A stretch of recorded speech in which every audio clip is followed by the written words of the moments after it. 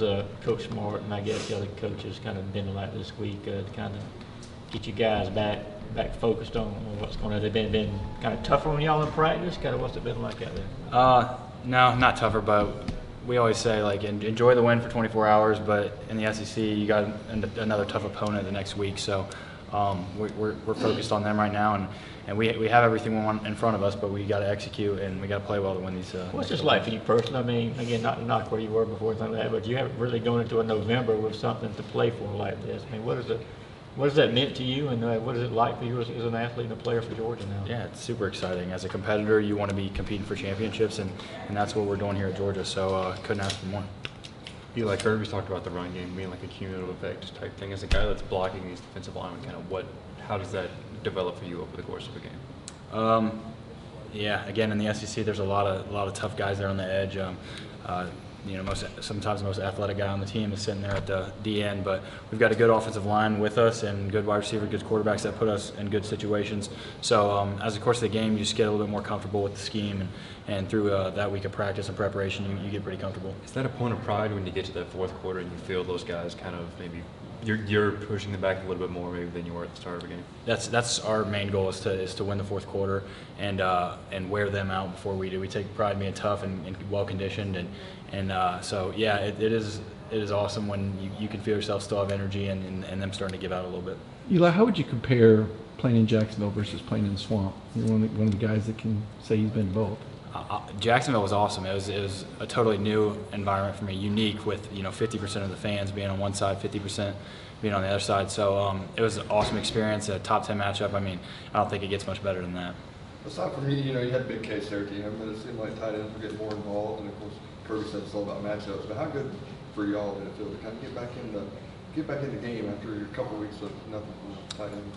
Yeah, with our role being the past couple games blocking specific, perimeter blocking, stuff like that, it felt good to get a little bit of love in the pass game, and everybody loves catching passes, but we'll do whatever it takes, and I don't think there's any animosity in our room. We're willing to do whatever it takes to win a football game. So, but it was nice to get a couple passes come our way. The 3rd and 7 call, did you anticipate that? Kirby said it was something you'd gone through in the walkthrough. I mean, was that a play you knew that was there, and what was your reaction when you realized, holy cow, this is coming down to me?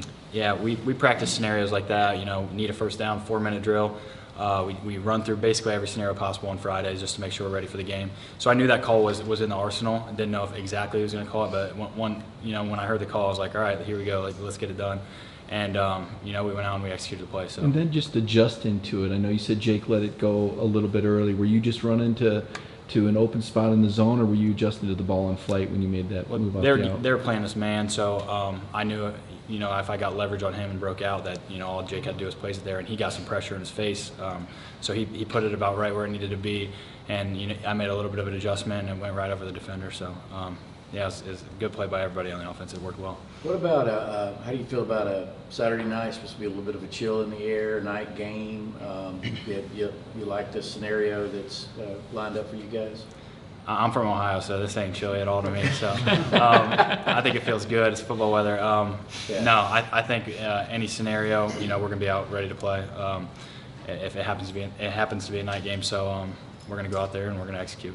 I know y'all bring in a 6 lineman sometimes, and what does that do as far as the tight ends? Does somebody come out? How does that work for y'all?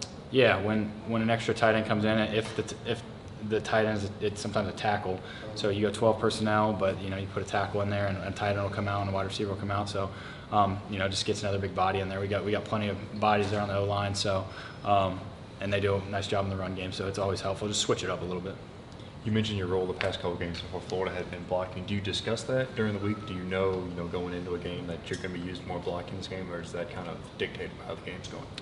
You know your role, and your role can change.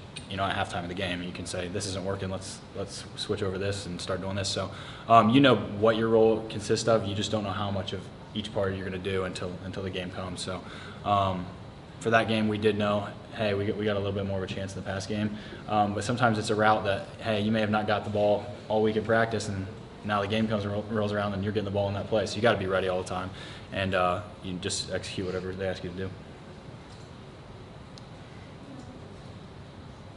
Of course, people made a big deal out of Kirby embracing Jake on the field at the end said he kind of lost his confidence. Did y'all sense that at all? I mean, did y'all try to pick Jake up at all?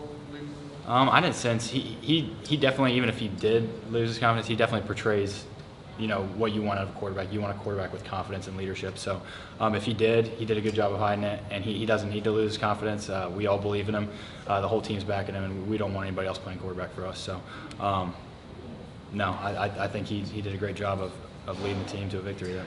The grad transfer thing, obviously, you've made a pretty successful transition. How were you able to make such a successful transition without? I don't think you went through spring. Did you go through spring football drills at Tennessee? I don't think you did. No. So yeah, I didn't go through spring ball, but I did train really, really hard because I knew, if you're going to compete in the SEC, you can't take 5 months off and expect to come into training camp and just be the same player you were. So I took it really seriously, trained really hard, and that translated to when I got here. I was, where everybody else was, maybe even a little ahead because my body wasn't wearing down with spring ball. So, I was taking the right precautions, I guess you would say, to come in and be where I needed to be. Was there still some, I don't know, trepidation, the right word? I mean, it's a brand new situation, a brand new offense, brand new teammates. I mean, how much of it is, holding your breath and hoping for the best versus being confident and knowing what to expect? Yeah, you got to really just jump in. You can't go in, with 1 foot because then you'll never make it. So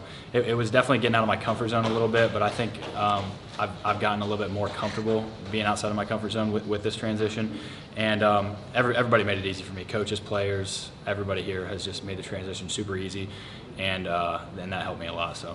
Kind of along those lines too, what is the process like choosing a school as a transfer versus choosing a school out of high school? What's similar? How is it different?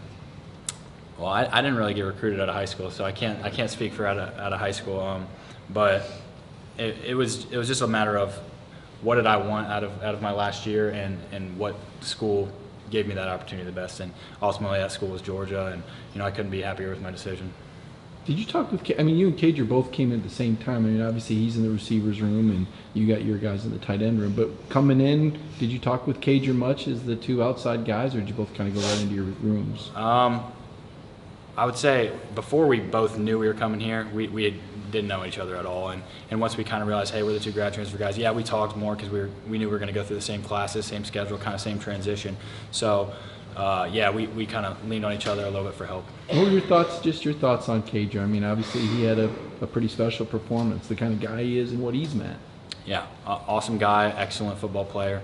And it was good we needed him back, and he showed out. Everybody saw what he can do, and he's a big piece of this offense, a weapon on the perimeter for us. So it was great to have him back. Thanks. Good. Thank you.